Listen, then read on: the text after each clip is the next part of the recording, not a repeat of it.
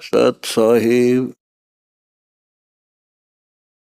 परमेश्वर कबीर जी की प्यारी संगत को, विश्व की सारी संगत को दास का आशीर्वाद है। परमात्मा आपको मोक्ष दे सुखी रखे, काल कष्ट से बचावे। आज वो शुभ दिन है, इस उपलक्ष्य में ये महान समागम होने जा रहा है। वो शुभ दिन है ज्येष्ठ मास की पूर्णमासी, जो सन 2026 में 29 जून को है। सतगुरु आए दया करी, ऐसे दीन दयाल, बंदी छोड़ वृत्तास का, चट लगनी प्रतिपाल। तो परमात्मा ने स्वयं आना पड़ा इस काल के जाल को समाप्त करने के लिए। इतना अज्ञान अंधेरा फैला रखा था कि कहीं पर भी सच्चे ज्ञान की छींट नहीं थी। स्वयं परमात्मा ने एक भक्त की लीला की, एक इंसान की लीला की, और भगवान तो वो है ही, और एक सतगुरु की लीला की। अगर ये दिन हमें प्राप्त नहीं होता तो जीवन नरक बन जाता। गरीबदास जी कहते हैं, 3 लोक और भवन चतुर्दश कोई नहीं सत्संगी। किसी के पास भी यथार्थ ज्ञान इस अध्यात्म का नहीं है। इसलिए कहा कि सतगुरु आए दया करी, ऐसे दीन दयाल, बंदी छोड़ वृतास का, नहीं प्रतिपाल। बच्चों प्यार से सेवा करियो, भगवान को साक्षी मानकर सेवा करियो। अमर लोग जाओगे, गारंटी देता हूं, सतलोक जाओगे सारे। मर्यादा में रहना। सत साहिब। आइए अब देखते हैं संत रामपाल जी महाराज जी के आध्यात्मिक ज्ञान को। काल का जीव सतगुरु ज्ञान नहीं मानता। कोयल काग यानी कोयल काग का उदाहरण। कोयल पक्षी कभी अपना भिन्न घोंसला बनाकर अंडे बच्चे पैदा नहीं करती। कारण यह है कि कोयल के अंडों को कौवा खा जाता है। इसलिए कोयल को ऐसी नीति याद आई कि जिससे उसके अंडों को हानि न हो सके। कोयल जब अंडे उत्पन्न करती है तो वह ध्यान रखती है कि कहाँ पर कोवी ने अपने घोंसले में अंडे उत्पन्न कर रखे हैं। जिस समय कोवी पक्षी भोजन के लिए दूर चली जाती है तो पीछे से कोयल उस कोवी के घोंसले में अंडे पैदा कर देती है और दूध वृक्ष पर बैठ जाती है, यानी दूर वृक्ष पर बैठ जाती है या आसपास रहेगी। जिस समय कोवी घोंसले में आती है तो वह 2 के स्थान पर 4 अंडे देखती है। वह नहीं पहचान पाती कि तेरे अंडे कौन से हैं, अन्य के कौन से हैं। इसलिए वह चारों अंडों को पोषण करके बच्चे निकाल देती है।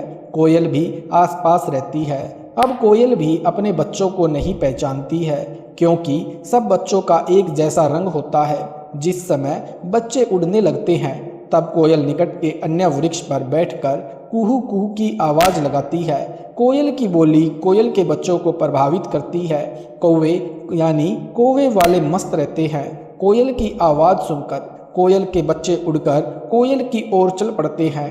कोयल कुहू कुहू करती हुई दूर निकल जाती है और साथ ही कोयल के बच्चे भी आवाज से प्रभावित हुए कोयल के पीछे पीछे दूर चले जाते हैं। कोवी विचार करती है कि ये तो गए सो गए, जो घोंसले में हैं उनको संभालती हूँ कि कहीं कोई पक्षी हानि न कर दे। यह विचार करके कोवी लौट आती है।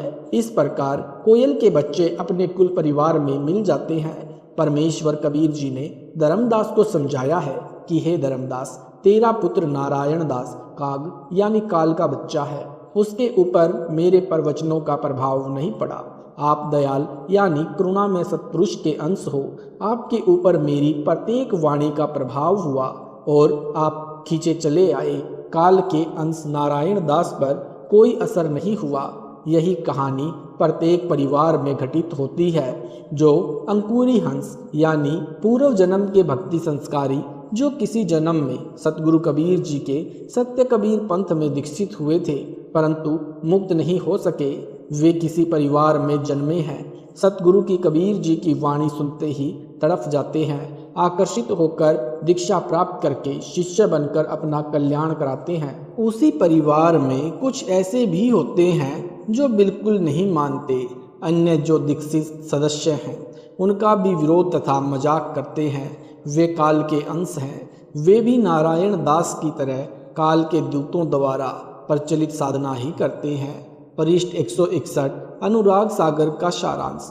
कबीर परमात्मा ने कहा कि हे धर्मदास, जिस प्रकार शूरवीर तथा कोयल के सूत यानी बच्चे चलने के पश्चात पीछे नहीं मुड़ते, इस प्रकार यदि कोई मेरी शरण में इस प्रकार धाए यानी दौड़कर सब बाधाओं को तोड़कर परिवार मोह छोड़कर मिलता है तो उसकी 101 पीढ़ियों को पार कर दूंगा।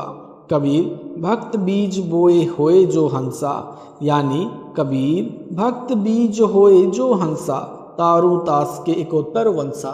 कबीर कोयल सूत जैसे सूरा होई, यही विधि धाय मिले मोहे कोई, निज घर की सुरती करे जो हंसा, तारो तास के इकोत्तर वंशा। हंस यानी भक्त लक्षण काग जैसी गंदी वृत्ति को त्याग देता है तो वह हंस यानी भक्त बनता है। काग यानी कौवा निज स्वार्थ पूर्ति के लिए दूसरों का अहित करता है। किसी पशु के शरीर पर घाव हो जाता है तो कौवा उस घाव से नोच नोच कर मांस खाता है। पशु की आंखों से आंसू ढलकते रहते हैं। कोए की बोली भी अप्रिय होती है। हंस को चाहिए कि अपनी कोए वाला स्वभाव त्यागे, निज स्वार्थवश किसी को कष्ट न देवे, कोयल की तरह मृदु भाषा बोले। ये लक्षण भक्त के होते हैं। ज्ञानी यानी सत्संगी के लक्षण सद्गुरु का ज्ञान तथा दीक्षा प्राप्त करके यदि शिष्य जगत भाव में चलता है वह मूर्ख है। वह भक्ति लाभ से वंचित रह जाता है। वह भक्ति में आगे नहीं बढ़ पाते। वे सार शब्द प्राप्ति योग्य नहीं बन पाते। यदि अंधे व्यक्ति का पैर बिष्टे यानी टट्टी या गोबर पर रखा जाता है तो उसका कोई मजाक नहीं करता, कोई उसकी हंसी नहीं करता। यदि आंखों वाला कुठोर यानी गलत स्थान पर जाता है, यानी परनारी गमन, चोरी करना, मर्यादा तोड़ना, वर्जित वस्तु तथा साधना का प्रयोग करना कुठोर कहा है तो निंदा का पात्र होता है। अनुराग सागर के पृष्ठ 162 तथा 163 का सारांश। भक्त परमार्थी होना चाहिए। जैसे गाय स्वयं तो जंगल में खेतों में घास खाकर आती है, स्वयं जल पीती है, मानव को अमृत दूध पिलाती है, उसके दूध से घी बनता है। गाय सूत यानी गाय का बच्चा हल में जोता जाता है, इंसान का पोषण करता है। गाय का गोबर भी मनुष्य के काम आता है। मृत्यु उपरांत गाय के शरीर के चमड़े से जूती बनती है जो मानव के पैरों को कांटों कंकरों से रक्षा करती है। मानव जन्म प्राप्त प्राणी परमार्थ न करके भक्ति से वंचित रहकर पाप करने में अनमोल जीवन नष्ट कर जाता है। मांसाहारी नर राक्षस की तरह गाय को मारकर उसके मांस को खा जाता है, महापाप का भागी बनता है। इस संबंध की परमेश्वर कबीर जी की निम्न वाणी पढ़ें। परमार्थी गौ का दृष्टांत। गौ को जानू परमार्थ खानी, गौ चाल गुण परखू ज्ञानी। आपन चरे तृण उद्याना, अचवे जलदे क्षीर निदाना। तासु क्षीर गरित देव अगाही, गो सूत नर के पोषक आही। विष्टा तासु काज नर आवे, नर अग कर्मी जन्म गमावे। टीका पूरे तब गोतन नासा, नर राक्षस गोतन लेत गरासा। चाम तासु तन अति सुखदाई, एतिक गुण इक गोतन भाई। परमार्थी संत लक्षण। गो सम संत गहे यह बानी, तो नहीं काल करे जीवहानी। नर्तन नहीं अस बुद्धि होई, सतगुरु मिले अमर है सोई। सत साहिब जी, अगर आपको यह वीडियो अच्छा लगा तो वीडियो को लाइक करें, शेयर करें, कमेंट करें और ऐसी ही वीडियो देखने के लिए हमारे चैनल को सब्सक्राइब जरूर करें।